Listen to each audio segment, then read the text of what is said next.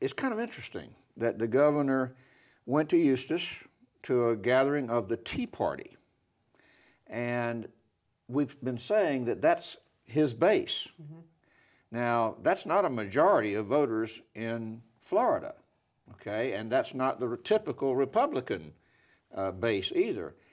It sounds like almost he's appealing to a national base rather than a Florida base. Is that possible? I think that's exactly right. In every announcement we've heard from this governor, he has raised the point that he raises criticism of President Obama. He talks about Obamacare.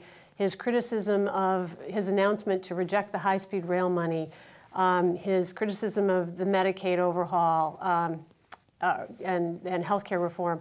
All those things are the federal government's doing it wrong, and particularly Obama. When you look at the national stage, that's exactly what the broader Tea Party base is against. I think Rick Scott's message is pretty much in line with the National Tea Party, and he has been seeking out that audience, and I think for a reason. If he has to go against the Republican establishment in Florida, he needs to establish some other kind of credibility and clout. And he has that if he becomes the go-to person for Fox News on everything that is anti-government.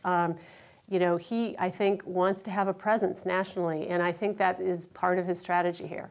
It gives him credibility, if I can just sort of add to that Sure. a little bit, to have that, when he goes to a skeptical Republican establishment in Florida, it gives him a little bit of added weight. Some of these people see him as an outsider who may not know what he's doing.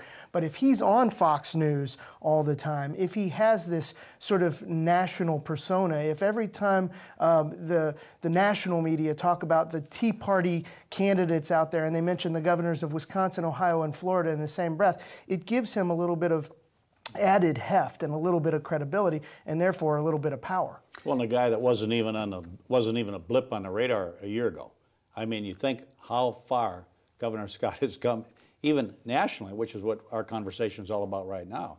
I mean, he's gone from being a private citizen, owning some businesses and dabbling with his fortune, to becoming a person that's people that follow politics certainly know about all over the country now.